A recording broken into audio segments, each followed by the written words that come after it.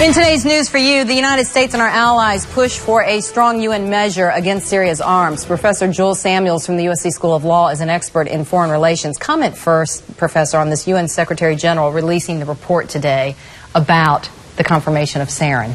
Right. This is a huge step. First of all, the UN releases the report. It was produced by the Organization for the Prohibition of Chemical Weapons, a UN organization. They sent experts in, and they've, A, identified sarin gas, as you mentioned earlier in your report, but B, are prepared now, I think, to take steps that make it clear that the Syrian government was involved, although to this point, I will say the Secretary General in his report was unwilling to declare who was responsible. I want to find out what happens for you and me, for my viewers out there. So when I look at the fact that Secretary of State John Kerry meets with the foreign ministers of France and Britain, and they say we absolutely positively will not tolerate any delay in dismantling of these weapons. Two questions. Do we really expect President Bashar al-Assad to follow through with being loyal in meeting our demands?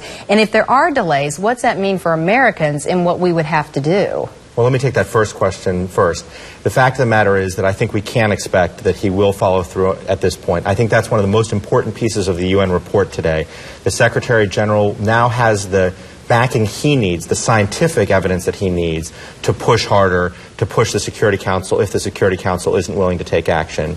And I think as a political matter, the fact that the United States was willing to step off the gas pedal in terms of the use of force, not only in terms of the immediate threat, but in terms of Security Council action, gives some room for Russia to put pressure on Syria if Syria isn't doing what it needs to do. And what it means for us if there are delays? Well, I think at the end of the day, the biggest concern is that we will actually get involved in a military conflict in Syria, which is something that, as you know, the American population doesn't want and the regional population doesn't want to see. Is it prudent to pursue the dismantling of these chemical weapons as opposed to getting Assad pressured to the point of relinquishing his power?